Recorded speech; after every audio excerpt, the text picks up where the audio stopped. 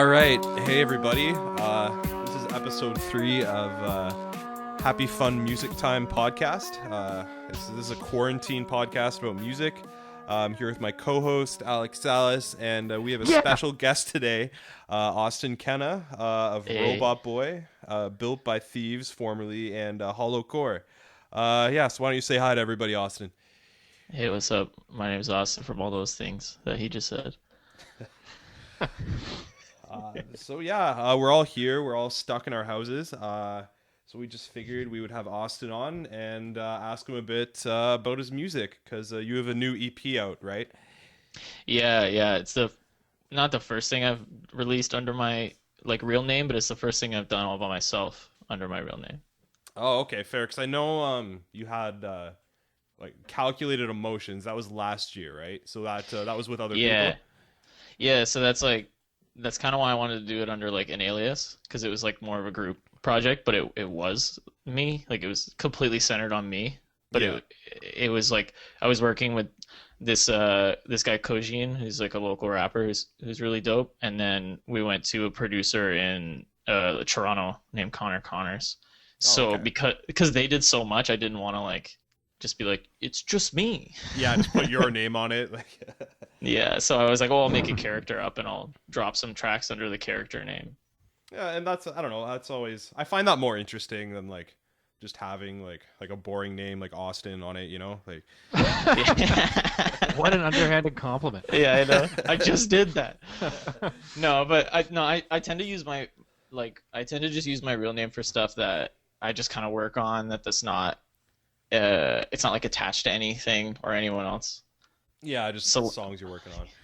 Yeah, my Spotify page is so random because it's just, there's an album I did with Colin that's an acoustic rock album, and then there's a film score, and then this, which is an electronic. That's versatility. Yeah, man.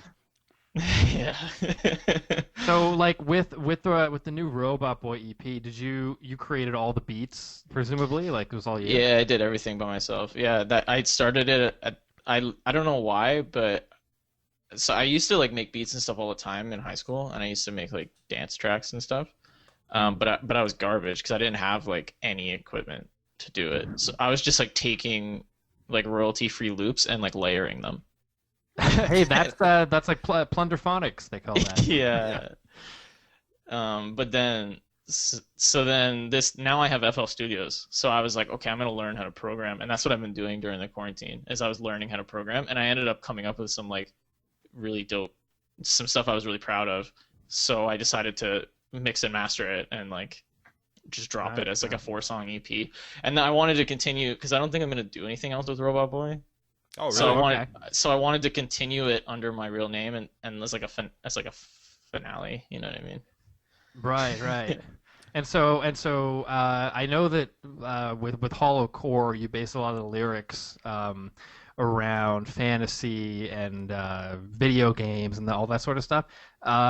There were, at least when I listened to the newest, no vocals on there, right? It's all electronic with some samples. Yeah. It's just I don't know. To be honest, I find recording and mixing my own voice the worst thing possible. It's hard. Yeah, I just can't stand it because I think I'm not the biggest fan of my singing voice. I don't think any vocalist really is. So having to listen to it over and over and over again and mix it, I never think it's good. Right. So it's a way to curb your own to avoid recording voice on any essentially. Yeah, I was okay, well, this is what the voice would be, so I'm just gonna play that on piano and make it a beat. I like it. I don't even like my own speaking voice. Once we finish these podcasts, I don't go back and listen to them. I turn the volume up a bit, I upload it to YouTube, and I never listen to it again. That's amazing. Yeah, I was editing a podcast as well, just audio editing it, that me and my girlfriend are doing. It's not out yet, so I can't really plug it, but I was editing it, and because it's just my speaking voice, it actually didn't bother me as much as my singing voice. Yeah, fair enough. It's more casual, right? Yeah, it's I think it's less vulnerable. Fair enough. to criticism, who's gonna critique me on my speech? They're gonna be this guy sounds like a loser. I'll be probably. So that's man. so the second Robot Boy, that was like the first thing like you fully did yourself, like kind of mix, master, compose. Yeah, I did all everything that. on my own. Nice, Yeah. nice. How It like started. Sorry, I was gonna say I was originally gonna do a cover EP, and I was gonna do it all myself, and then I was programming one of the covers, and it sounded absolutely nothing like the song I was trying to do. what song was it, if you don't mind me asking? There was a couple. I was actually doing like Once Upon a December from Anastasia. I was trying to program it on piano, Oh, okay. That's cool. and it sounded nothing like it. So I was like, because I can't play it. It's like a super classical song. So I think I'm just gonna look for and like program it in that way. Yeah, but yeah, because I can't play it. I'm just not good enough. yeah, but you might have some new original amazing creation now that you got from this accident, right? You can maybe literally- use it for something. It was literally me trying to program it, and then I was like, oh, this melody sounds absolutely nothing like the song, but I kind of dig it. Happy you were, accidents. You were like trying to do so like the piano part like in FL Studio, right? Yeah, so I have like a little mini keyboard, Oh yeah, yeah. like a MIDI one. Oh, fair. So you don't have to like key in the piano roll, because that's what I was thinking was going on. Because like with those piano parts, they're like super fluid, right? And you can't, Yeah, it's like, impossible. You can't put that to a grid almost. Yeah. Like... No, so basically I play it, and then FL Studios picks it up just very poorly, like extremely poorly. Like Oh. it'll add Yeah. notes that I'm not playing, and it'll miss notes completely. But I'll have like the tempo usually is fine, like, and where the notes are supposed to be is usually fine. So I'll play it and then go back and plug it in. Mhm. Yeah, kind of brush it up a bit. Yeah, just to be like, oh, I wasn't playing this. Why is this on here? It's like, You can also just drench it in reverb and say it's an ambient song. That's one way to like get around the like monotony and the roboticism of the FL keyboard. Maybe that work for Robot Boy, robotic kind of keyboard, you know? yeah, well, yeah. I mean, even in this new EP, I do mess around with like bit noises and like very like saws and squares and stuff. I also noticed that you sampled Bender on your second Yeah. song, which is great. I wasn't expecting that. Yeah, I wasn't expecting it either. Just at the end of this song, I was like, I need a drop here. Like I need something to like hit. And I couldn't find anything, so I was like, what if I just did like a voice sample? And then I was just like looking through famous robot quotes. and that was one of them. So I found the audio clip and was like, okay, I'm putting it. That's amazing. Yeah, Did you fit, pitch man. shift it down a little bit, or else you're going to get a copyright claim from Fox? Yeah, no, I'm just I don't think anyone from Fox is gonna hear it. CD You get an baby angry isn't gonna be letter. happy I about tried that. to warn you. Yeah, that's fine. I told you, bad press is good press. Yeah, actually, good point. They'll be like, local artists get sued by Fox. I'll be like, fuck yeah, people are talking about me. Yeah, you'll be a hometown hero. What was I gonna say? So, like, this new Robot Boy versus the Human Race, that's like the final Robot Boy EP then. For now, like for that's a what while. I'm doing. I just feel like the concept was a one-off thing. Fair And enough. Not that I made a mistake making it my artist name, because like I wanted it to be its own thing, but it was like a one-off idea. And then when I started just like dropping singles under the alias, I was like, oh, like these have nothing to do with the concept of what I was doing. It's like a standalone, isolated project. Yeah, so there is a couple singles that I dropped under it, but they're like cover songs. Like I did Jolene and I did Heartless by Kanye West under that okay. name. But after that, I was like, I think I'm just gonna try to move everything over to my just my normal name. Yeah. Yeah, So- yeah. Yeah. So what's You did. You, what's the plan? Sorry, I flat out interrupted you there. This is our first podcast doing like 3 people. Yeah, I was just gonna ask like what's the next musical plan then? Yeah, I don't know. I mean, like Hollowcore is in post production for a single, but then we're in postponed production for an album, so I don't know when that's coming out. oh shit. god. Like we might drop the single, but it's one of those things where it's like we're gonna drop a single and the album's not gonna come out for like a year. So true. it'd be like such a tease, you know. Yeah. We might do it though, just because like the quarantine sucks and like we don't have any music on Spotify or any of like the major ones because we didn't want to pay to put demos up there. Fair. Okay. Yeah. Yeah. It was just like, oh, do we really want to pay like to put up demos that we're just gonna re-record, like Yeah. for the album? Like, Well, for sure. And quarantine is tough. I mean, so was this Robot Boy record kind of inspired by the quarantine at all? I mean, obviously you produced it during quarantine. Was there anything that I don't know, thematically or whatever, that was kind of inspired by this plague that we're currently undergoing? I think kind of maybe because like like obviously there's no lyrics or anything, so the storytelling is very much just like up to interpretation.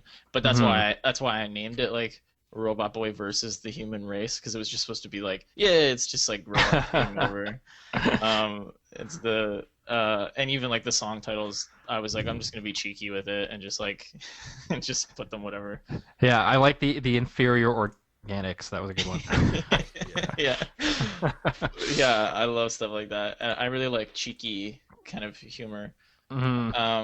But yeah, so it was kind of like, I think it was because I was so absorbed in technology during the quarantine that I realized that it's like very important. So I was like, what if technology just rose up against us? Yeah, that was part I was asking, because it is Plausible. we yeah, like we're relying so much more on technology during this isolation. So there's something there maybe with the robots versus the human race, and you know, I also, I'm, by the way, looking at your Bandcamp page right now. You have a very nice Bandcamp design, first of all. Second of all, I like Bienvenue, Fellow Humans. That's your first song. That's great. Yeah, it was something that I used to say actually when I was a cook as a joke. I would be like, I wouldn't say Bienvenue, I would just say, oh, hello, fellow humans, and then like to all my like other cooks. And it was extra weird because I was a supervisor, so like a lot of these kids like had to take orders from me, and I was just being weird. Where were you a cook? And you don't still work there? Like, this was a former No, job? I don't work there anymore. I was a supervisor at Pub Fiction in Ancaster. Oh, okay, Nice. okay, cool. Yeah, wondering if I'd ever, I've been a cook at a bunch of different places though. Wow. But that's where I was like kind of in charge a little bit. Mm-hmm. Like like I still took orders from the chef, but me and the chef were cool. Yeah. He was a fellow human. Yeah. Yeah. Well, I used to do it all the time. And like whenever we would like say something and the servers wouldn't understand, I'd just turn to them and be like, "Am I right, ladies?" And just like walk away. Oh man. They just can't call you out. Like... Because they have no idea what we're talking about. Yeah.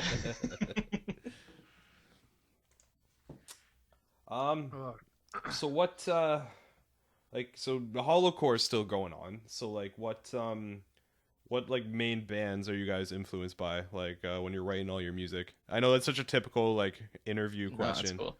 Luckily, we just did our playlist, so I know.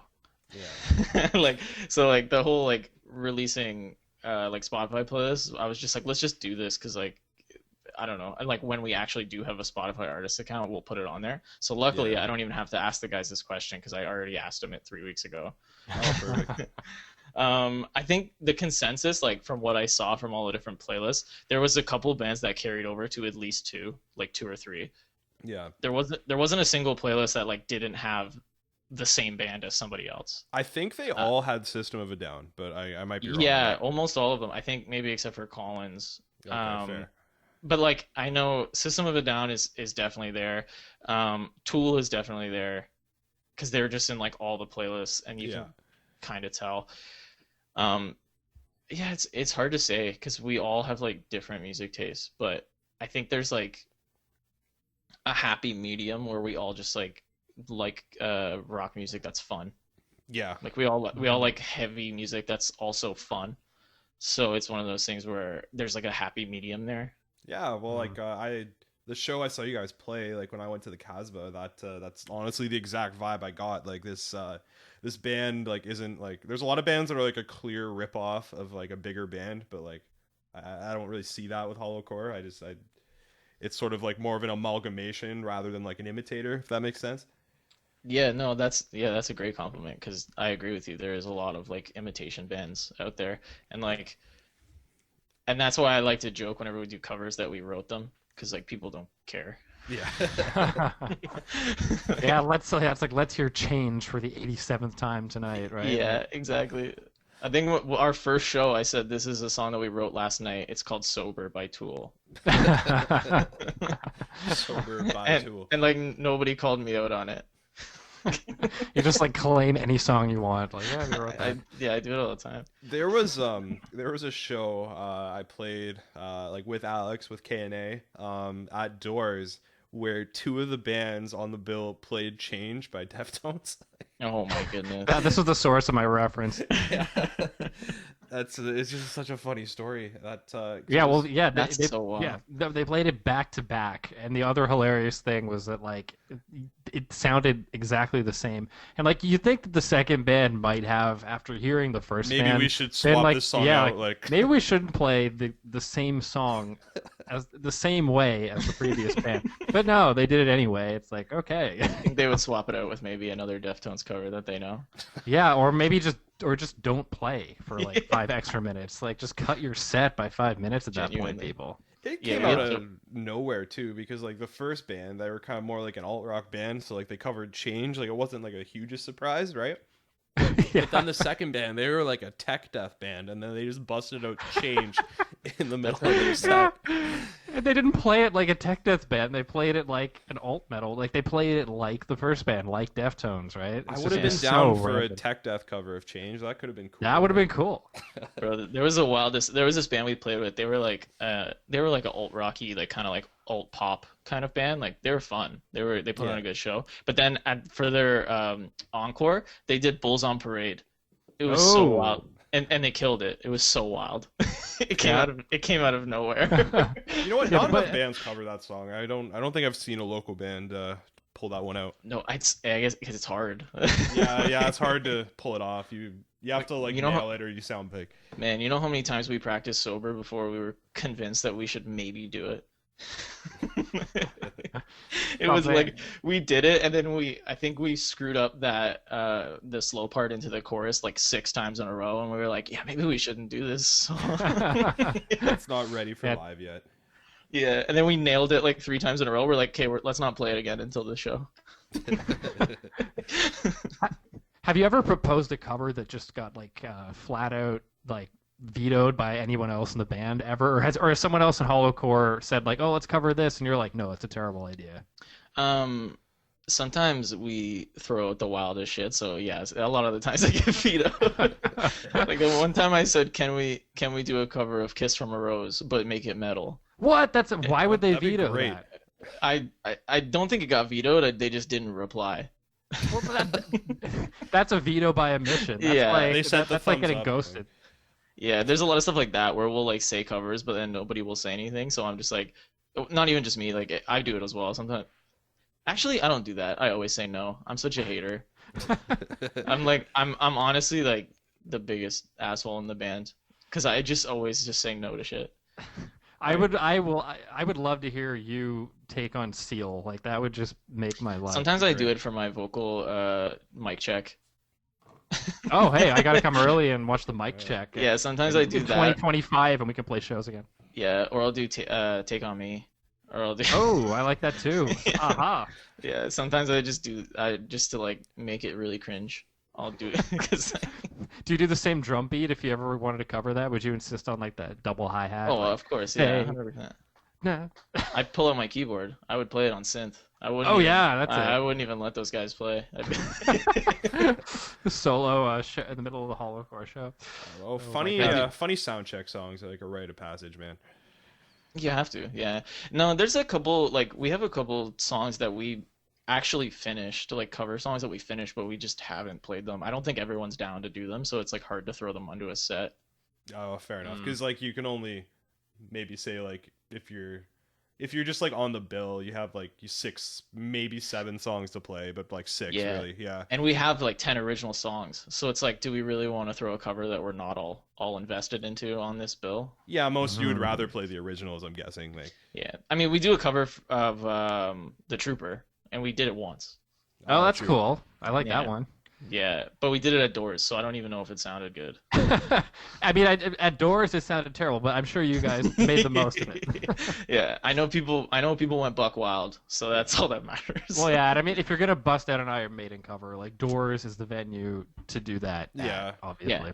You know what? With Doors, like nothing like ever really sounds great, but like it's so noisy, like your mistakes get covered up.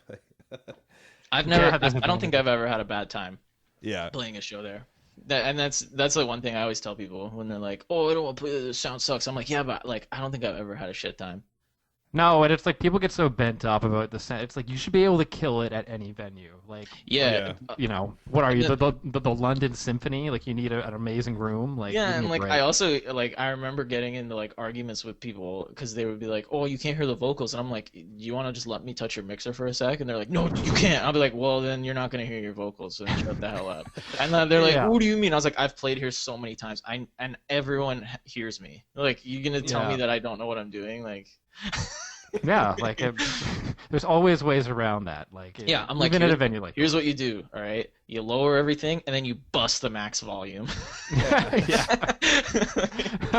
I was like, you lower the feedback and all that stuff. Like, you lower almost everything except for the volume of the mic, and then crank max volume. Yeah. Such And a it's like simple you should bring a concept. wedge if you're having trouble hearing yourself. Like you should know the venue. I don't know. Like Yeah. Yeah, but then most of those bands are like, "What's a wedge?" Like, they don't know what you're talking about. Like, Yeah, I just wear earplugs, man. I just yeah, I love Doors, and like I'm actually worried. I like because I hope that all these venues survive. Like the pandemic, Doors is offering some taco deal right now where you can pick up tacos and stuff. I might take advantage of that. Oh yeah, if it's no. nice out and I can go for a walk because I don't have a car, so it's like far from my house. Yeah, But if I could walk there, I'm definitely gonna do some beer pickup. Just bring a backpack. yeah. Like I want to support the Doors as much as I can because there's already been a few venues that have shut down. Like the Hideout in Toronto is gone now. Yeah. Chainsaw in Waterloo is gone. So it's tough right now. Jeez. Yeah, Doors has always been really like kind to me, even as like a label promoter. So I don't want them to go on. Yeah, no, same. It's my favorite venue in Hamilton. So shout out to Doors. Yeah, best to book shows with. It's true. Yeah. Yeah, Tyler's amazing. Can I ask you a question about local bands, Austin? Yeah. What are your favorite local bands that are on the scene right now? It's hard to say. Because it's like I like them for different reasons. Because I like you like Rolodex for your guys' stage show, but like your actual music is not really stuff that I listen to. Oh, my heart. No, but it's not that it's bad. It's just not my scene. I know. I got it. But when I watch you guys live, I'm like 100% into it. Cool. Well, thank Which you. is why it's I like- personally think both the live show and the music are bad. I'm just gonna put that out there. This guy's a sap. No, like I have no reason to lie to you. But Yeah, exactly. But yeah, no, it's like it's not really my scene, and that's why when Dan first showed it to me, I was like, yeah, they're fine, like whatever, it's cool, it's a cool thing that they're doing. But then I saw you guys live, and I was like, oh, this is sick. It's like, Oh, I was thank like, you. I was like, what is happening right now? I'm invested. I need to know what is going to happen next. Oh, thank you. Yes, we're going to be recording for real soon, so that'll be dope. you Yeah, know. there's a couple people like that, cause like I don't know, I kind of just listen to everything, but when it comes to bands, I'm like really picky. Fair. Because even when it comes to metal, like I'm super picky when it comes to metal. I like a lot of metal, but I wouldn't say it's like my favorite. right. And it's the same with like I'm not a huge classic rock guy, and a lot of local bands are like classic rock bands. Yeah, and I agree with you that I can't stand the dad rock bands. Oh, Yeah. Kijiji, like Community, like if you look at like any of the sort of music classified postings, it's all like, do you want to join my dad rock cover band? Like 100%. play bass for it. Like, I'm trying to think Yeah. of like local band because I don't want to like offend anyone who I don't say, but my memory is just garbage. That's okay. I mean, it's Yeah. No, there's a lot of people. I'm really into. Yeah, it's hard to say. I'm trying to think of like who I listen to, but like not live.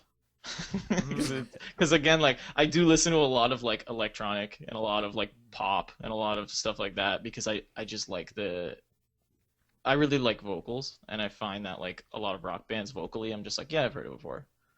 Yeah, no, it's true. There's That's a often fair like point. a guitar emphasis or Yeah, which you is cool, but it's just not it's not my thing anymore. I was really into it when I was younger, but now I'm like really trying to broaden.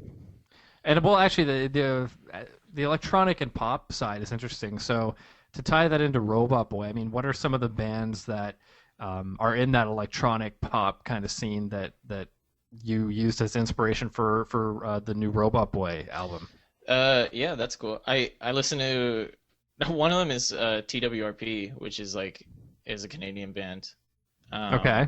Something more, yeah. And they're like an electro like funk band though. Like they're a full band. But their vocalist is like very Daft Punky, and the grooves are very like 80s, and like they do a lot of synth. I listen to a lot of like remixes of video game songs. Like DJ Cutman does a lot of like really dope I've heard of that. remixes. Yeah, and then like when it comes to like pop artists, it's honestly it's like who production wise I'm impressed by. Like Dua Lipa has dope production. I don't know who her producer is, but her bass lines are insane. And like, I'm trying to think of who else I've been listening to. Yeah, this like UK guy Raleigh Ritchie, who also plays Grey Worm on Game of Thrones. He's an actor as well, but he's a musician. That guy. He was like my main inspiration when I came up with the idea. That's cool. Yeah. But yeah, man, it's so it's hard because I'm really getting into that scene. And then I'm also a part of this like metal scene that, not that I feel excluded in any way, but I feel bad because I'm like not 100% in like around all the time because like people aren't like, man, I just saw the lead singer of Hollow Core in the mosh pit. It's like, you'll never hear that.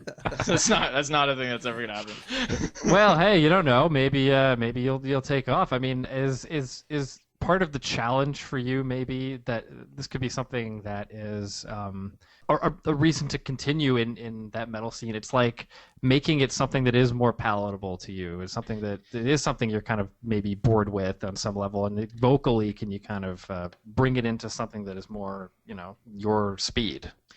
I think that's like a lot of the parts where we have found like very quick, not success in any way, but like we don't have any singles out and we are more popular than Built by Thieves.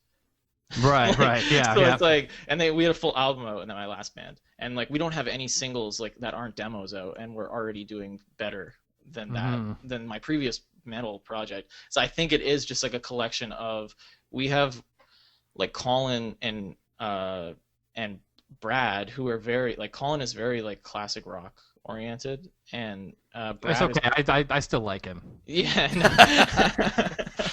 But and Brad is very like 2000s like alt rock y. Like he's very like Queens of the Stone Age, like that kind of, I don't know, that's not alt rock, but you know what I'm talking about, like that kind of wave. Whereas like Andrew is very like heavy metal, like he listens to like Megadeth and like and like crazy stuff like that. And then Dan listens to Tool and these very like oddball kind of bands. And then there's me, who's like right in the middle of like trying to listen to everything. Like my favorite kind of metal is like prog and symphonic, because I like the storytelling and the vocals. Right, yeah. Of course. Yeah. And I can hear that influence in the hollowcore stuff with the stuff you're singing about, and even there's almost like a power metal kind of undertone to a lot of it. I used to be really into power metal. Like a lot of like European like Power Wolf and like Elven King and like that kind of scene where it's just like these very fantasy-esque like chants. Yeah. Yeah, I've gotten into Ghost really recently as well because of stuff like that. Ghost are cool. Yeah, their last album was great. Yeah, I really dig it. Yeah, it's hard because like when it comes to metal, like the heaviest thing I listen to is like Opeth, probably. Oh, I've seen Opeth live twice actually at this point. They're a fairly heavy band. Like, I mean, you could talk about like Still Life and Blackwater Park and all that. Yeah, I think for me, my biggest issue with like metal locally and metal as a genre is that I'm not so into like the aggressive metal. I'm more into like the dark, like evil stuff. So like I'm more into like Opeth and like Gojira than I would be like Slayer and like Slipknot. Like I think the slower but heavier stuff is more my vibe. Have you ever checked out like doom metal or sludge metal or any of the super kind of slower, heavier, like Electric Wizard maybe or something like that? I think some of it is dope and some of it is a little too far for me. Fair enough. Like some of it I'm just like, man, play the next note. You're more into like brains over bronze for metal, I guess. Like, yeah, I'm just not an aggressive person. At least I try not to be. Fair enough. So it's one of those things where it's like I understand that it's like an outlet, right? And it's like a relation, and it helps people like not be so aggressive. But I like don't have that. So yeah, of course. So it kind of just makes me anxious listening to it. Fair enough. I'm just constantly angry, like 24 hours a day. So that's like what I try to put into my music. Hit drum hard. There's times, man. There's times. But I'm a crybaby, so I'll go listen to like metalcore. Like, listen to some A Day to Remember if I'm angry. Yeah, just a cry little about bit a girl who of broke Kill my Switch heart. Engage, Rose of Sharon, like shed a few tears. Yeah, exactly. All right. So we talked a bit about sort of like hollowcore and like how you guys pick cover songs. Like, say like I'm a fly on the wall at like a hollowcore practice. Like, what goes down like in the jam space? We start off by making fun of Dan. Oh, Usually, Dan takes a lot of shit. what for? Because he's the bass player. Like, You know what it is? It's just because I'm a bully, and me and Dan have completely opposing personalities. Oh. So I just bully him on literally everything he does. I thought you just said you were sensitive. Are you bullying Dan now? Yeah, What is Yeah, seems I'm like not a aggressive. I'm mean. I'm not aggressive. I never yell at Dan. I just tell him that he's an idiot. He's like whispering in his ear, "You're an idiot." Yeah, no. Yeah, that's what I meant. When I said I like evil, not aggression. Oh, I guess so. Yeah, okay, like quiet yeah. evil. You know what? Yeah. When you show up to a band space, like you have to like assert dominance over like the band member you're the most threatened by. So like I guess that's Dan, right? Yeah, Dan, because he's a bass player, and I also play bass. Yeah, that's why. I just gotta talk mad shit. We'll have to he's have Dan better on because so he's he can better say than his me. piece. Yeah. Yeah, I urinate all over Josh's gear at every practice. Unbreaking eye contact with him, like. Yeah, I just take a dump in his cab, like, and just stare into his eyes every time. That's awful. And you guys are judging me for teasing Dan a little bit. But yeah, no, we do like we joke around with each other a lot, and then we are like, hey, let's go through the set, like whatever our next show is. Yeah. And if we don't have a next show, usually it'll just be like Colin or Andrew, and sometimes Dan will just be like, yo, I have a riff, like, do you guys want to work on it? And then they'll just play the same riff for like 30 minutes, and by the end of it, usually we have a song. Oh yeah, you loop stuff. Yeah, fair enough. That's pretty much how it goes, right? Like. Yeah, but most of the time it's just like going through our set and like what songs we think we might need to brush up on, because some of them are like, not like boost myself, but some of them are like difficult to play. Yeah. So it's one of those things where it's like even we, like the people who wrote it, need to practice them because they are like, some of the switches are kind of difficult, and like some of the riffs that Colin writes are harder for people who aren't Colin to play. Yeah, like speaking of that guy, like when I saw like Built by Thieves before, I was like, oh, like these guitar players they're pretty good. And then like when I went and saw Hollowcore, like he ripped out some nasty solos, like, and then I saw him covering like Blood Meat the other day actually, and I'm like, shit, like I think this guy's better than me. And like, yeah. You know what's funny is Colin, if you like start shredding on stage, Colin will say the same thing. He's like the most humble dude. Oh damn. Like he'll be like, man, I hate this guy. He's so much better than I am. And then it's like, Colin, did you see your last Instagram video? I don't think you watched it. Yeah. But yeah, no, yeah, he's wild, and it's kind of nice because with Built by Thieves is like a little more like proggy. Like I don't know, like we tried stuff that was really hard to pull off. Yeah. Sometimes we succeeded and sometimes we didn't. And then with Hollowcore, it's like we try things that like we already know we can play.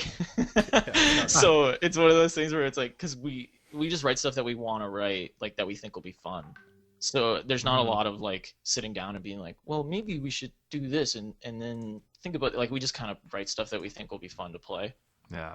And even if it is like a darker song, it's just like, oh, this is cool. People will really dig this. But then like for that reason, Colin sometimes is like not doing anything too intricate for himself, like compared to what he usually plays. So when he solos, he just like brings out all of his energy that he's been penting up the whole song. Where he's been like his moment, like he's playing power chords and then he ups the tempo by 100. Do you think that the fact that you're not overthinking it is that a big reason why this band's already been more successful than Built by Thieves? I think that, and also like the combination of we were all in bands before, so we kind of know what we're doing. Right. Ill by Thieves, like no ill will, like we were all friends, right? Like, well, we weren't friends to start off with, but eventually we became really good friends, and then it stopped being like a business and more of just like, hey, we're a band. Whereas with Hollowcore, like I like those guys, I consider them friends, but it's definitely like a more of a business. Like it's definitely like there's decisions that need to be made, and we like vote on it, and that's it. And like if nobody says anything, we just make the decision. Like there's no like I always ask people for their opinions, but if nobody like says no, I just do it. Yeah. There's no like, hey guys, I really need you to no. Like if it's like say no or I'm gonna do it. And Dan and Colin are the same way. They'll like bring an idea up, and then if nobody says no, they'll just do it. Yeah. Well, there has to be someone making implied those decisions consent, at the end of the day, not right? express consent. Yeah, exactly. Exactly. But yeah, no, I don't subscribe to that theory. I take back everything I just said. I just want to go on the record that the moment they express that they are not into it, I back off. I just wanted to clarify. That's fair enough. That's good to hear. We'll just we cleared that up on the show, so that's what's Yeah, we will edit that whole thing out. No one will ever hear that. But yeah, no, it is hard to say. I think there is like a sense of like we're all just writing music that we're having a lot of fun with, and we were all in bands before, so we kind of know like what won't work. Yeah, and especially in terms of the business side, if you've all been in bands before, you kind of know how to book shows properly and all that stuff. Yeah, and then combine that with the fact that it's maybe a more honest kind of expression from the sounds of it. There's not considerations being made about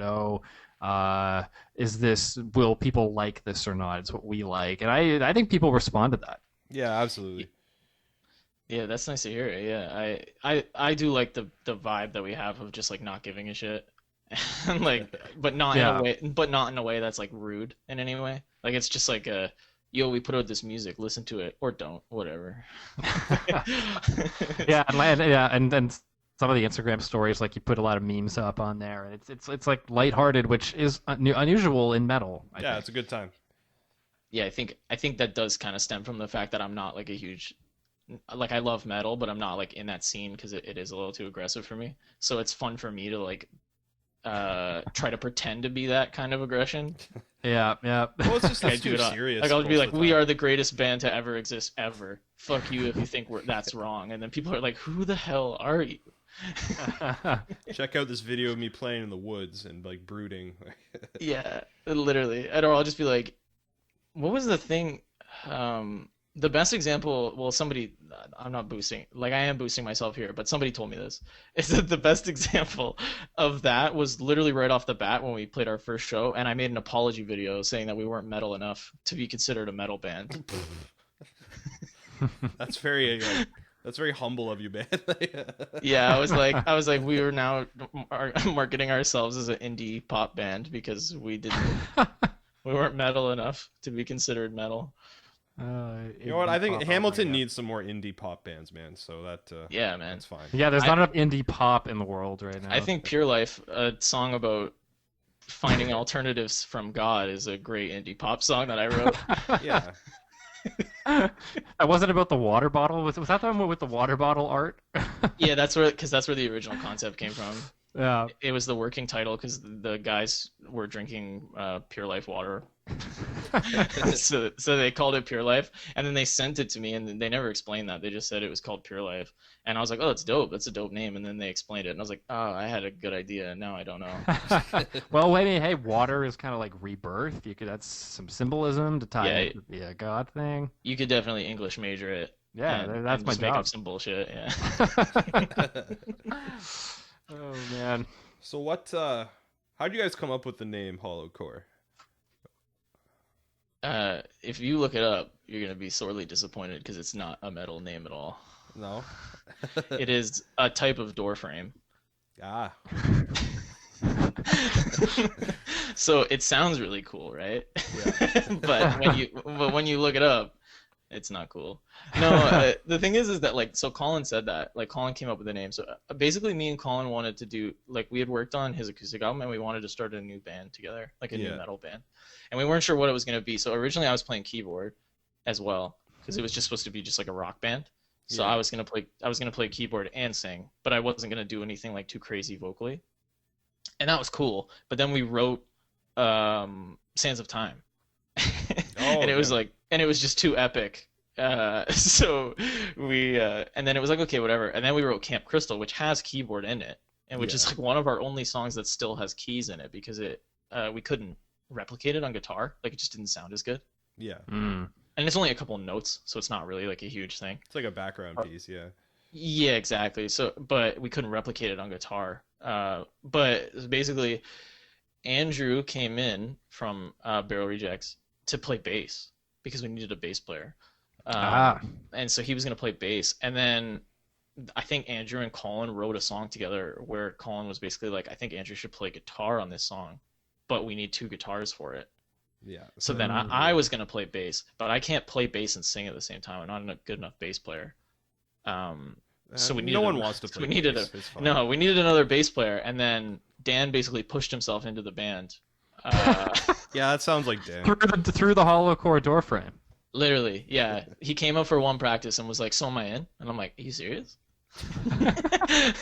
But then we were all like, "Yeah, he's dope." So you know what? That's very assertive of him. Respect.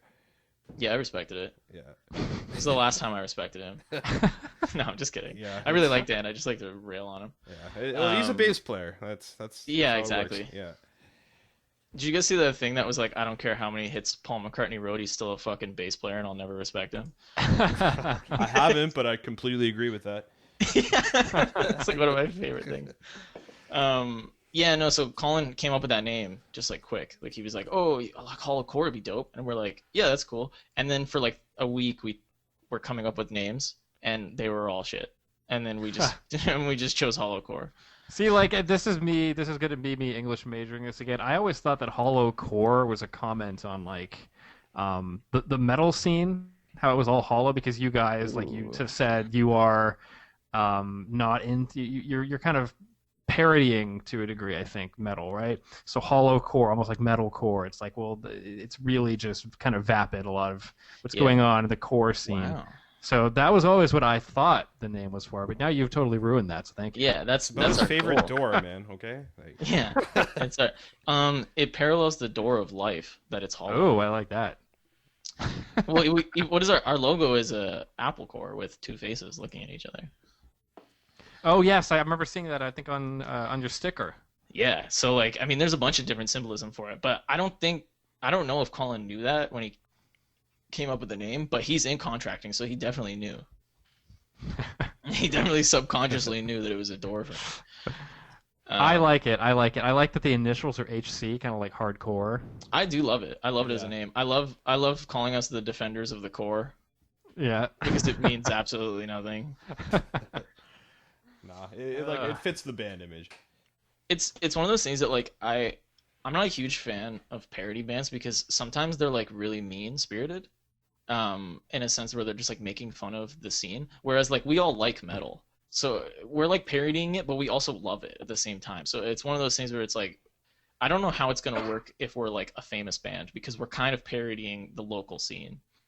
That's In a sense of like, I'm constantly saying that we're the greatest band to ever exist. And that like, but then also the next day I'm just shitting on us. Well, you know what, man? You should believe it. That's.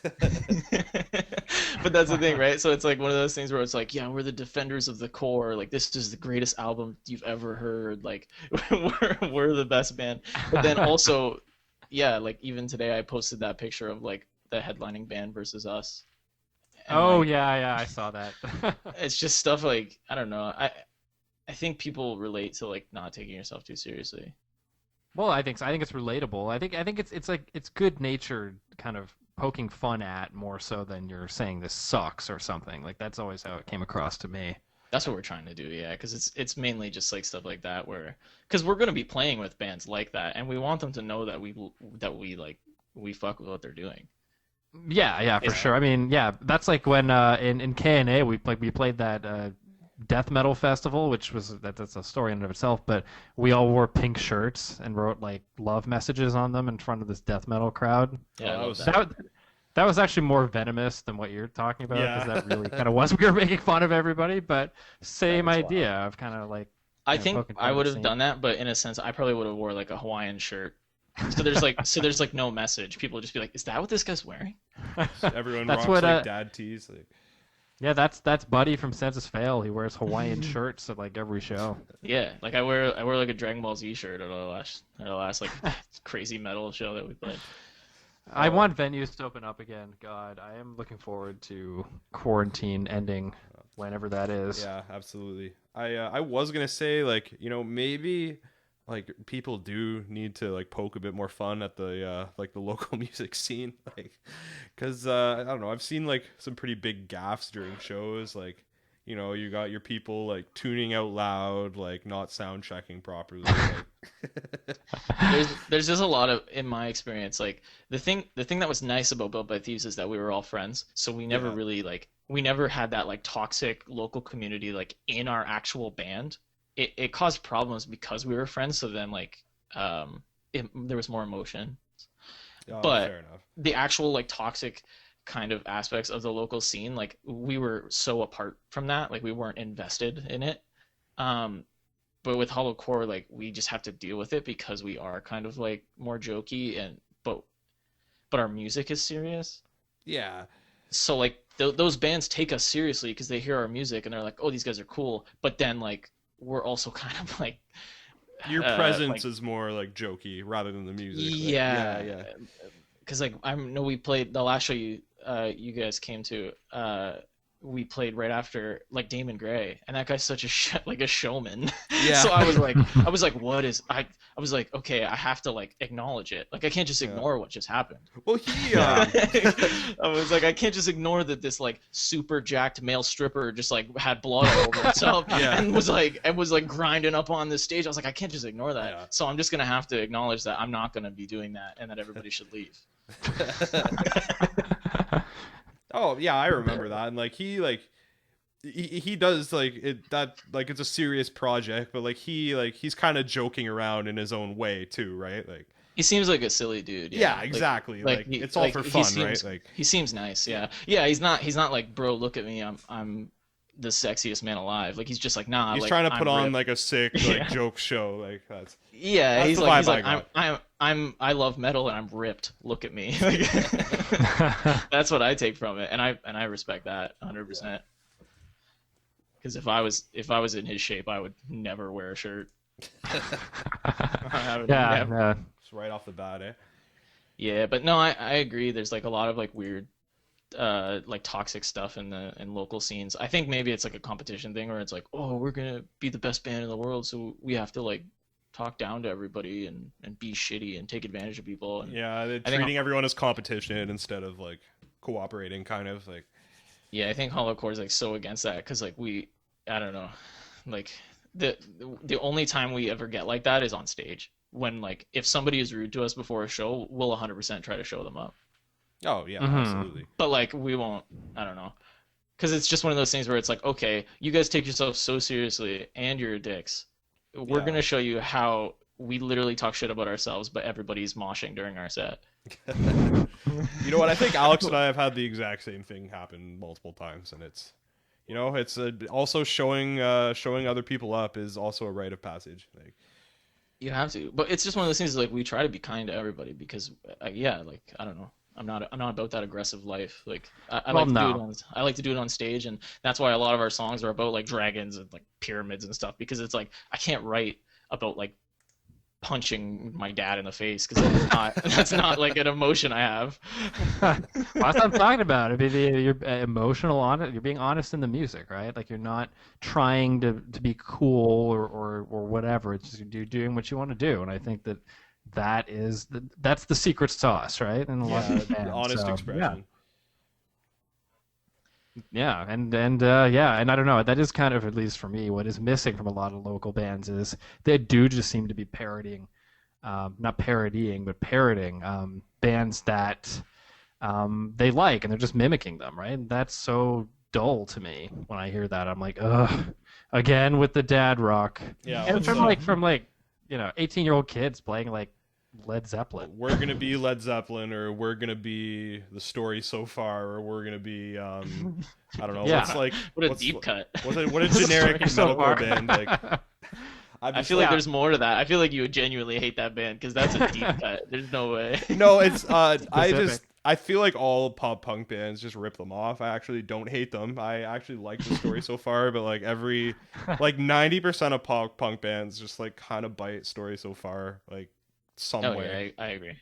Yeah, and a lot of that is like plagiarism by proxy, where it's like some other band ripped off stories far, then some other band, and then it trickles down into this local scene, and you get bands that are doing nothing unique, that are just they think that to get to where those bands got to, they have to sound exactly like those bands, and that's so the wrong philosophy. Yeah, there's definitely nothing wrong with like wanting to be like your heroes or whatever, but also like don't come into the scene thinking you're tough shit. No. That's my biggest thing is like those bands are whatever, like you know what I mean? Because it's like, yeah, okay, like it's gonna be really difficult for you to get out of this city because you sound just like this other band. But don't come to the show and act like you're like top dogs when you're not even writing original music. Yeah, that's what I mean. I love the bands that are like very standoffish, or and first of all, they always bring like 3 people to the show, and one of them is their like toothless girlfriend, and then like it's like this stripper they met 2 weeks ago is missing some greasy bar. They like roll around on the floor after their show. They probably paid her to be there. Like, not only do only one of you have a girlfriend, she's also ugly. That's what you say on stage when you're about to play after them. Yeah, that's what you should say before you should point out these guys. Yeah. Oh man, I say a lot of wild. My girlfriend does get mad at me sometimes when it's about this shit that I say on stage. You've been nothing but charming when I've seen you. Yeah, what could you possibly get mad about? Yeah, I wrote a song called Fish, and I always dedicated to her. Oh, okay. I can see where this one's going. But it's not like that. It's about sleeping with a mermaid. Is she the mermaid in this song? Is that? Yeah, it's not sometimes. True. So there's nothing about like scents or aromas like in the song. Then. No, man. The actual symbolism of the song, aside from it being like you trying to slam a mermaid, is that is that there's plenty of fish in the sea. So just like shoot your shot, just go fishing. Just shoot your shot. Is that? Yeah. Just go fishing. But in reality, I wrote it about just like seeing a hot mermaid. Oh man. I'm gonna go to the bathroom. I gotta go piss real quick. You guys just want to freestyle for a sec? I'll be gone for like 20 seconds. Yeah. What's up, yo? We can freestyle now. That's cool, man. I feel like I'm talking too much, anyways, but I guess I'm the guest. So yeah, you're the guy we're supposed to be hearing from. I feel like we're talking too much. No, you're good. Man. This is from some deep-seated childhood trauma of getting told you're annoying and you talk too much, and now I'm like totally conscious about it. I would not worry about you're the one, you're the interviewee, you're the one who should be saying a lot. So yeah, I don't know. I mean, so this is the last Robot Boy thing you're ever going to put out? That's what you were saying earlier? I might do more, but the thing is, like, I do really want to switch over to just my real name because it's just easier. And if you do more music like in this style, you would just put it out as Austin under my real Kennah. name. Yeah. So it's one of those things where it's like I wanted to call the EP Robot Boy just so people know it's like a continuation of that kind of vibe I was going for. And if new fans like won't care. Yeah, exactly. And it's like actually a standalone thing. So yeah, it's like a reverse John Zorn, because when he put out Naked City, he put it under his own name, and then he turned that into a band called Naked City with the same guys, and he's done that with multiple projects. So you're doing the reverse now, which is kind of cool. Yeah, pretty much. Yeah, it's I don't know. I've always wanted to be like a storyteller. So when it comes to like projects, I don't mind putting stuff under my real name if it's just like a standalone story or like a standalone thing, because I don't want to have too many alien. Oh, this guy's getting a text. Whoa. Oh yeah, my phone's on and I'm back now. Yeah, so I guess, like, I don't know, if you like putting stuff like under your regular name, like what if you had like a RedTube account? What would your porn star name be? What would your porn star name be? I don't know. That'd be hard to. I'm trying to think now. I don't. To be honest, like if I just took up my first name, it's pretty porny. Like Dean Kennah is. Actually, yeah. Yeah, fair Yeah. enough. It's like, oh, who's that? Dean Kennah. I promised that I was going to ask you that question this episode because that's what we ask No, all our that's cool. guests. But you're also the I only was. I guest. would just call myself. I would just call myself Hollow Core, I think. Hollow Core, nice. All of course, the porn name. Yeah. We were joking that we were gonna drop a music video exclusively to Pornhub. That'd be That's dope. actually a great idea. Yeah. I feel like the revenue would be better. Yeah. Probably. Just like, I don't know, one of you guys can like hang brain or something, and then like it'll be viable for Pornhub. We'll just be nude the whole time. Yeah. We'll just all be naked. No chicks. I think didn't Ramstein drop something like that on like Pornhub or YouPorn? They did their music video. Oh, probably. I something they wouldn't be surprised. Like, didn't they have dildos as merch? It was at some in, point? yeah, they had dildos that were specially molded after the members of the band. Literally man. the members Yo. of the band. Rolodex Darko should do a cover of Du Hast. That'd be actually be fire. pretty great. I would Yeah. do that. Once we can practice again, we will get right on that. Yeah, that's our biggest problem too, I think. Well, with any luck, in the next I don't know, month or so, maybe gatherings will be permitted again. Yeah. Are you guys able to do like are you guys like sending files back and forth like to do songwriting? Like how are you guys managing right now?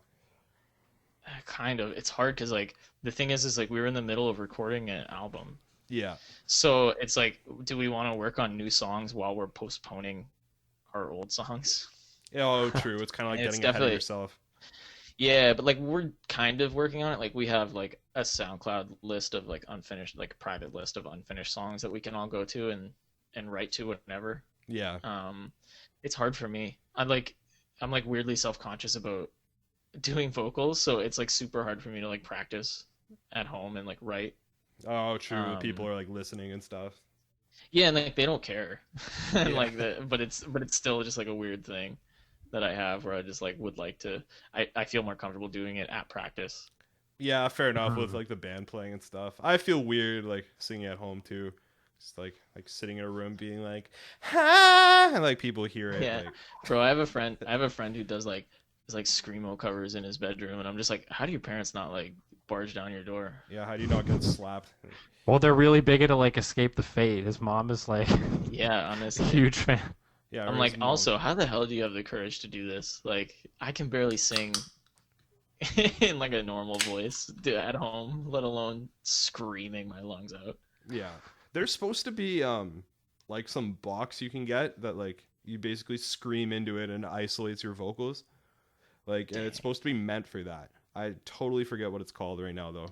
It's Well, you need that though, because you don't want to blow out your throat. Like, it's Yeah. super like screaming is really like you have to be really controlled with it. Yeah, it's like you have to practice, but then you don't want to like overwork like your larynx and your vocal cords. I don't know Yeah. how it works, but That's 100% what it is. You'll vibrate your vocal cords too much and they'll get bust. You'll get like nodes. yeah. I'm pretty sure I already have some because I can't sing certain things that I used to be able to sing.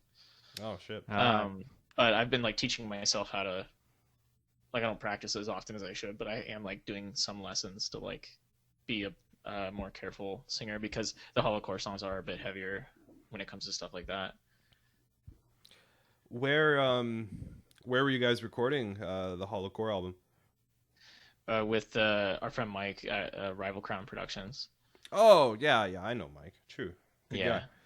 Yeah, so he like started his productions company, and we did the single that we're gonna release whenever with him. So we're doing the album. I say it's an album, but it's not really. It's like a EP? it's like an EP, but we have like other songs that we're recording as well that we don't really know what we're gonna do with them yet. Oh, fair enough. But we have them, right? So it's like, well, we have them, and they're not gonna be on the EP, but we're probably not gonna put them on another project. So let's just record them while we're here. Yeah, you have singles that you could put out later or whatever you want to do. Yeah, exactly. Or just like maybe put it out on its all together. Fair enough. It's just those kind of things. Yeah. What was I gonna say? Oh, what? So you say COVID ends. You're kind of back out on the road with Holocore. What what would your dream show be? Either you're opening or you're headlining, and you got to play with 3 other bands, like any bands. Dang, dude.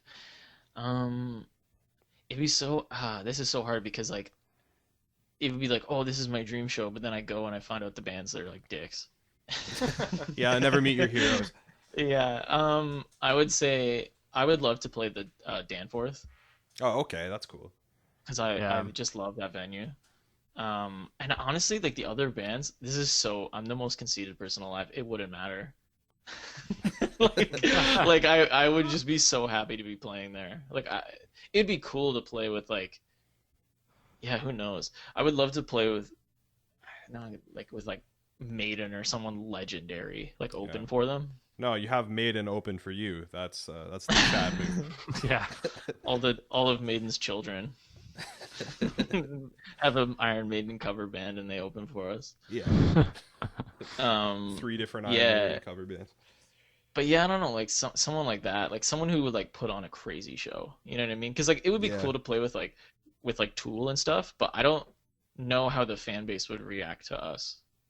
Oh, so that's like a scary kind of thought of like we're gonna go up before Tool, we're gonna be playing these kind of jokey songs before like in front of Tool fans. Yeah, and like I don't know, I know Tool fans like Glenn and Dan, like they're the worst. Like they won't appreciate that. It's not that. It's just like you don't know what Tool fans you're gonna be getting. Are you gonna get the extremist, like fuck every other band?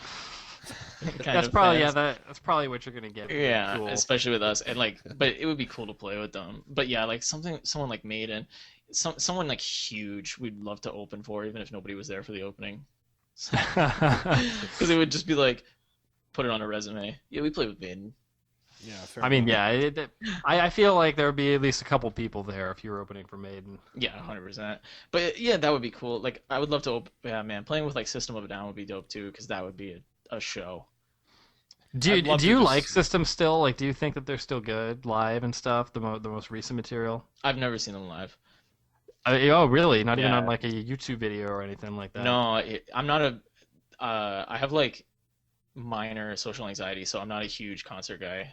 I like going to like bands that I absolutely love, but being in like the middle of a concert really stresses me out. Oh, gotcha. Yeah. So I'm like I'm a front row seats kind of guy. Like if I'm going to a huge show, I'm front row seats. I would never take floor. Well, that's fair. I also don't like getting destroyed, so I'm probably more of a watch the band, not a let me windmill kind of person. Get in the mosh pit, yeah. Riff. You'll see it when the mosh pit gets too close to me. I throw them. Not because I think it's fun, because I don't want to be touched. Yeah, well, I remember the first time I was ever in a mosh pit was it was at Club 24/7 in Burlington, which is now extinct. But it was for that band. Funnily enough, they were called Robot That Killed. That's dope. And they're not around anymore, but it was like a local band.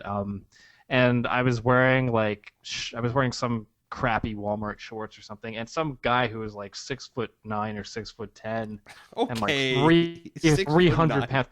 He looked massive to me at the time. Probably in reality, it was a 14-year-old girl. Yeah, probably. But as a young child, he looked huge. Yeah, he literally. I mean, this part I'm not exaggerating. He lifted me up and threw me across the floor. That's wild. And I got like hurt from that. That probably soured me on mosh pits. Imagine being like some bouncer guy, this size guy, and like I interrupted. Sorry, like going to 24/7. Like I'm gonna go like beat up some kids. Like I know. I was like, yeah, woo, and then he like lifted me up and flung me across the venue, and I was like, ow. That's fucking amazing. That hurt. Yeah, no. Last time I was at a mosh pit was at Warped Tour. It was pretty jokes though, because Warped Tour was a good time. But I was kind of paranoid. Wait, which Warped Tour were you at? What was the last Warped Tour you were at? The one I'm talking about was not the last one I was at, but the last one I was at was the final one. Oh, okay. In Canada. But the one I'm talking about was in like high school. High school, gotcha. And I saw like fucking Devil Wears Prada and stuff there. Oh damn, that's a throwback. Warped is gonna come back. I firmly believe this. Like Yeah, my post-pandemic. girlfriend at the time was really into that kind of scene. I liked the music, but it wasn't like 100% my thing. So, but it was fun. We went in the mosh pit. We had a good time. Nice. The best part was this guy in a wheelchair was in the mosh pit, and we picked him up. And this one girl was like, "No, like be careful." And he turned to her. This is the funniest shit I've ever heard in my life. This guy turned to her and said, "What's gonna happen? I'm gonna break my legs." I fucking cried laughing. It's the funniest shit I've ever heard in my life. Damn, so people were just like kind of lifting up the chair, eh? Yeah, people lifted up the chair so you could see, and they moved him to the front. But it just killed me. It's like, what's gonna happen? I break my legs. Yeah. So this was so was this before they put up those big banners that said no moshing? Yeah. Yeah, this was before then. That was such a buzzkill. I was also there the year that A Day to Remember played, and we got stuck in the mud. Oh, geez. Oh, really? Yeah, we got stuck. Because you know how there's like the sand concert area. Oh, yeah, right. Yeah, well, it just pissed rain. That's talk when it rains at Warped Yeah. Tour. And then like they had to stop, but they finished their set like an hour later. But we all got stuck in the mud. Oh God, That fucking sucks. that was a day to remember. Got him. I'll put a cymbal yeah. sample in that spot. Just really loud, just like blast people's ears. For But like 2 seconds. yeah. Yeah, an applause effect. Oh, man. The one thing about Warped Tour is it makes me realize like how fucking old I am. Like everyone there is like they look like they're 12. Yeah, me and Marissa went to Warped Tour, and it was cool, but like we did feel kind of old because like, everybody was just getting sloppy drunk on the beach, and I was like, okay, cool. Yeah, it's like they're And like then fourth time drinking. yeah, and then like a couple weeks or a couple months, I don't know, time is relative. A couple like after the next thing that we went to was at the Danforth was the like Billy Talent charity show Oh, nice.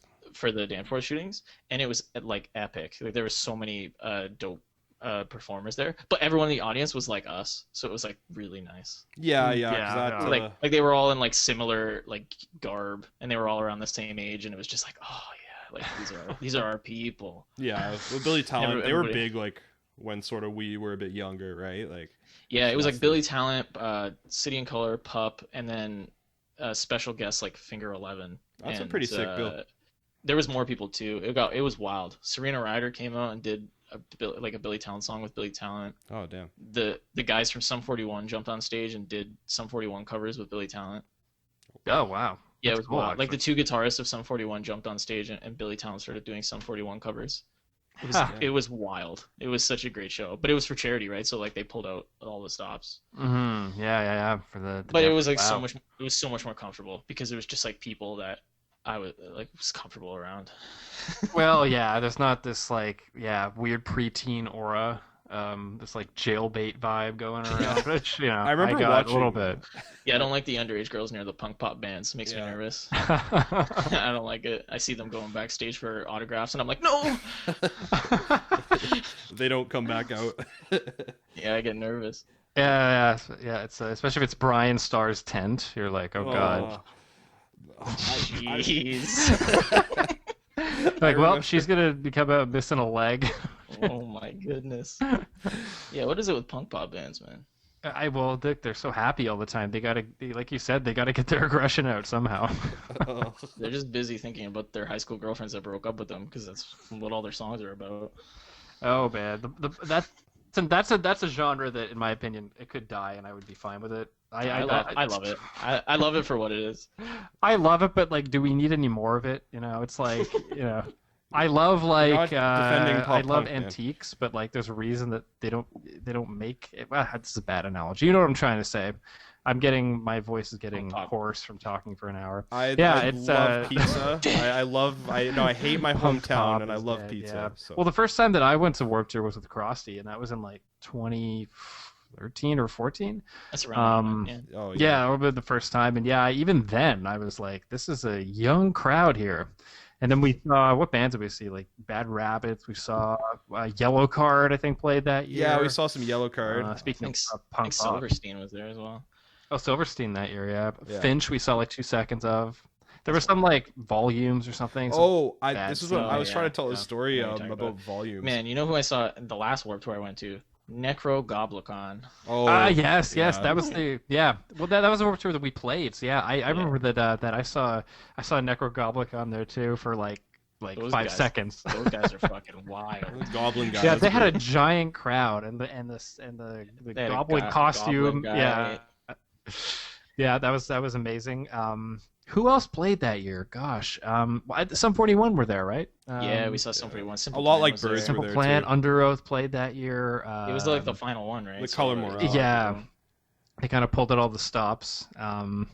Yeah, that was and then the day after Warped Tour, we played Doors Pub with Built by Thieves. Yeah. So we that's saw you true. the next day. Yeah, I remember. I was so drained because I was out Yeah, in the yeah. sun all day.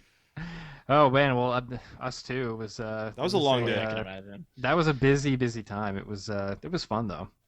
It sucks. I wish they still did Warped Tours in Canada because I feel like Hollowcore would kill at Warped Tour. Like I said earlier, I think it's inevitable the Warped Tour They're will coming come back. It has to. I Something like it. well, I mean, it's like American Idol. Like they said that was done, and now it's back again.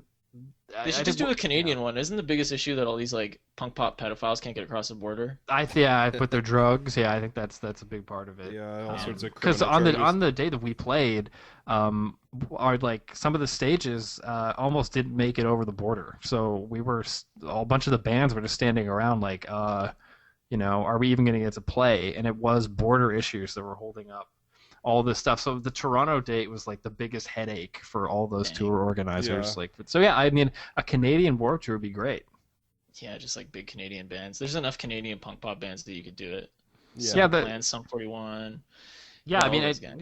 yeah, you could even expand it to put a Billy Talent on there, right? Put a Finger Eleven Yeah. on there. There's bands you could totally make a big There's a- Canadian festival. There's a lot of out crossover. You could even put like lights on it. Like there's a lot of crossover. Yeah, totally. Yeah, everyone likes the lights. I think Lights did Warped Tour one year. If I'm not, I might be making that up, but I feel like I read think that you're as well. right. No, she went. I met her at Warped Tour. Oh, okay, there you go. Yeah. Yeah, I fangirled. It was great. I was like, I love you. What's lights like? Lights. I think she played at my high school one year. Yeah, Like, she played when I was working at Mohawk. She played there, and I met her again. Damn. Oh yeah. She seemed like a nice lady. She's super nice. She remembered me because me and my friends are weird. Hey, she remembered you. Well, that's Yeah, actually great. She's like, "Oh, are you guys the Where's Lights guys?" And so me and my friends like had this thing where we would hashtag Where's Lights on every Instagram photo that we posted. And then I told her about it when we met her. And then she remembered. She came to Mohawk and she's like, "Yo, are you the Where's Lights guy?" And I'm like, "Yeah." She's like, "You guys still doing that?" That's and great. I was like, "No, now we put Where's Lights family." Yeah, no, I love it when they remember. Okay, what else is there? What else is there to talk about? Krusty, do you have any other further questions? Further questions for Are you Austin? there? For Are you us. alive? Hey, can you hear me? I think he's gone. No, can you Okay, hear me? well, that's awkward. No, hold on. Looking at a Maxim right now. He's a little busy. Yeah, he went to take another pee and disappeared. Wait, can Yeah, you guys not hear me? He didn't say anything. And the funny thing, he's the one hosting the call, so I don't know what to do. Hello? Can you guys not hear me?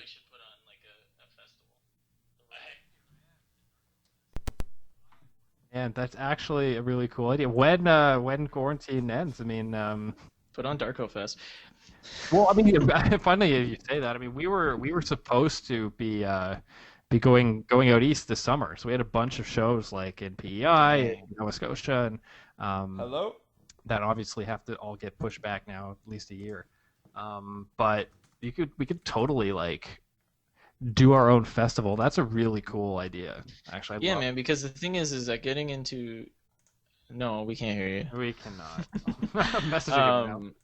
Getting into stuff like Supercrawl is like nearly impossible. So it'd be nice to like have a more local version of that. Uh-huh. Because even though it says that it's local, I don't know any of the bands. I've been here for 3. Yeah. I think it would be great. I mean, To clarify, listeners, he was Sorry. gone and he thought. My thought track's that being we were recorded. ignoring him for half an hour. yeah, we'll see if this makes it or whether so little meta commentary. All the editing on this thing is up to him, up to Krusty. So he just, as you may have noticed, dropped out for a while, and like I thought he just wasn't talking. I don't know about you, Austin. He, but, like, he thought we were ignoring him. Yeah, so he just messaged. He's like, "I've been here for like 30 minutes. I thought you were ignoring me." Wait, what So about we've been now? trying to talk for half an hour, and we haven't been. That's actually amazing. That's the funniest thing that's ever happened.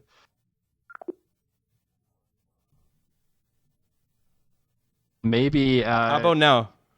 Oh, Yeah, we can hear you you're now. back. Yeah, you're Oh my back. God. Okay, the thing was open, and I had to leave and come back. I don't know. That's so What- weird. What happened? I went pee, and then I came back, and then I don't know. We were talking about like Warp Tour for a while, and then I was trying to tell this story about volumes, but like I couldn't get it out. I thought you guys we were were just just like, interrupting you the whole time. I thought you guys were just railroading me the entire time. Like, That's so funny. you're gonna hear didn't hear you're you. gonna hear it when I put this out because my track was still recording. Oh, that's amazing. So I was like, That's oh so yeah, I good. remember this one time with volumes, and it just like gets completely We're shut just down. ignoring you Like, the whole time. That's the greatest thing ever. It's like you're still trying to talk, and like we can't tell, but everybody else can hear it. Everyone's like, man, these guys are dicks. yeah. honestly, for a The sec, I'm like, hell? why are they being such pricks? This guy invites them onto his podcast, and he...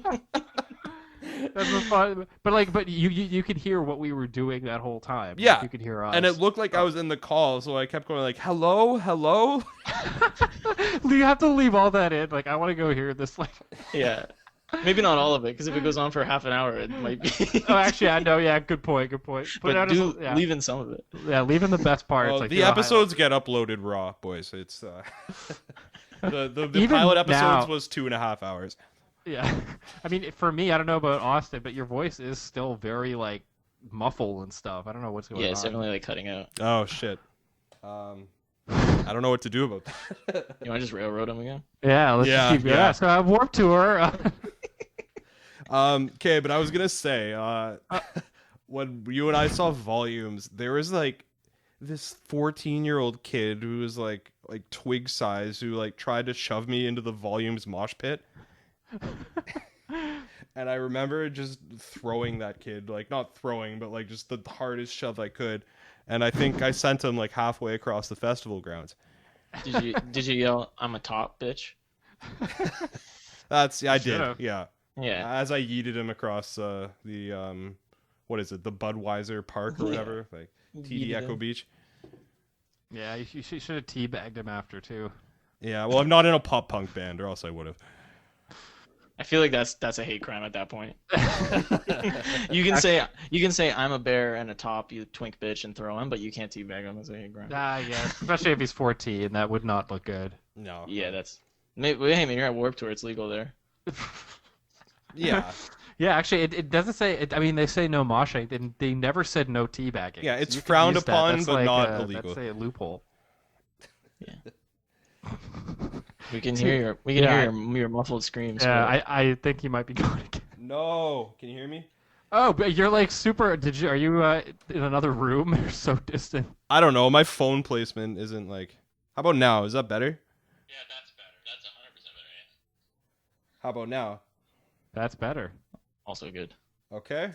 Wow. That.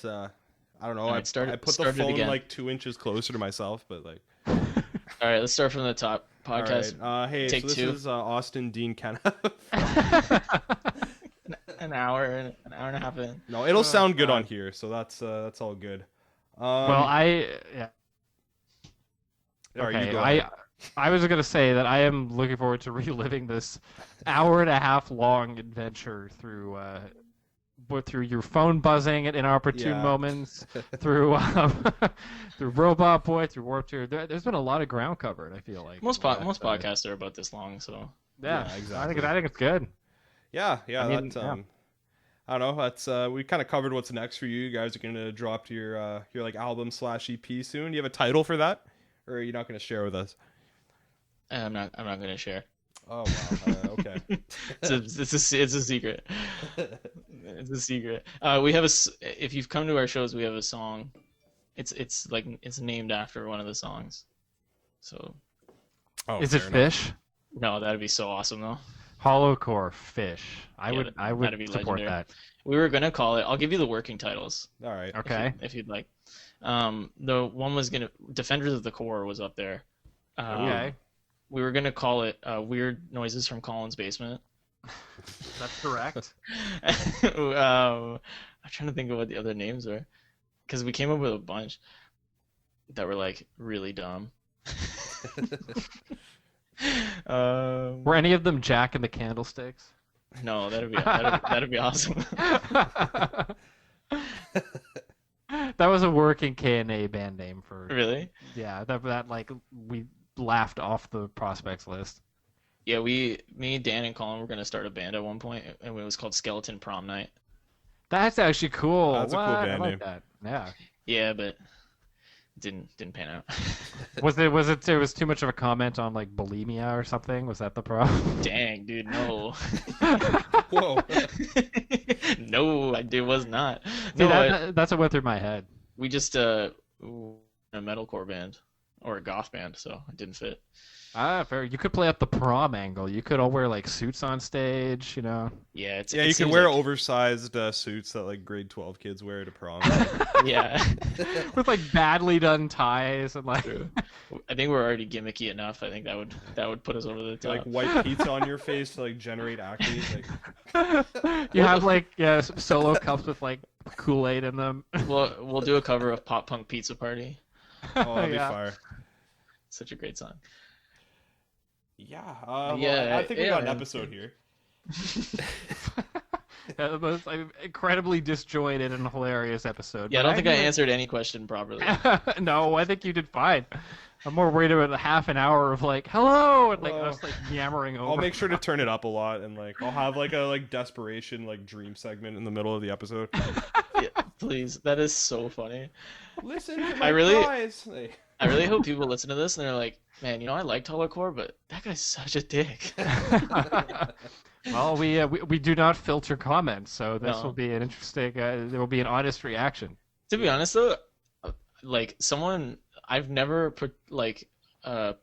what's the word? Like portrayed myself as like a super nice guy on stage, so I don't think they'll be surprised. Someone Oh, messaged us and was like, you should wear a crown, and I said, yeah, I already do that because I don't want you peasants touching me. That's the I mean, kind of but like you- Chad energy that you need to portray as a frontman, though. Exactly. Yeah, no, that's true. It's true. You gotta put people in their place. Especially Dan Scheme. Yeah. Dan does some wild shit on stage sometimes. Yo, he does. He's a good showman. The greatest, some would say. The greatest showman. Just ended on the worst joke I've ever made in my life. And literally just like hard cut the podcast right there. Yeah. All right, guys. Thank you for listening to episode 3 of Happy Fun Music Time podcast. And what's your porn star name? Featuring Dean Kennah. Follow horror. Is there any plugs you want to do before we wrap up here? Colo whore. The Holocore cover band. Yeah. Yeah, I want to EP Robot Boy versus the Human Race.